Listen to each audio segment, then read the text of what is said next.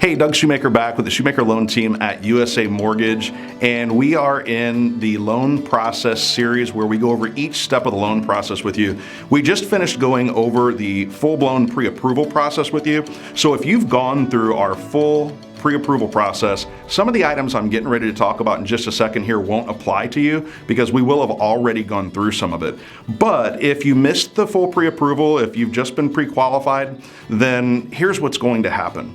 First, a member of our team is going to send you some electronic loan disclosures. Now, just because you get these documents electronically, that does not mean that I won't sit down with you and have a conversation about all of these documents that you need to sign. The reason we do it electronically is because there's something in there called a notice of intent to proceed. And until you have that, we can't actually start your loan process.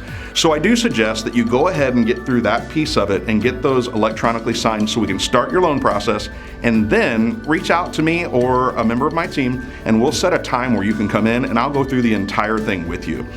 Once you've started your disclosures, there's a handful of items that we're going to need. This is stuff like W-2s, tax returns, pay stubs.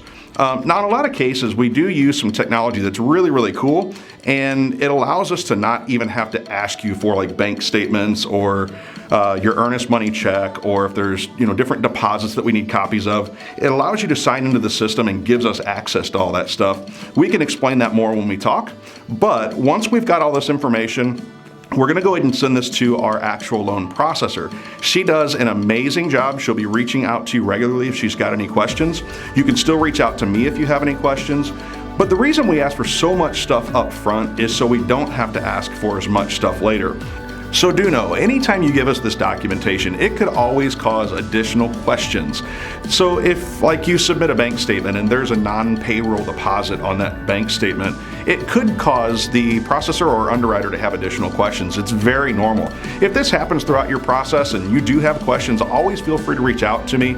You can get my team or I at 618-795-0790. So now we're basically on to the next step of the process, which is ordering your appraisal.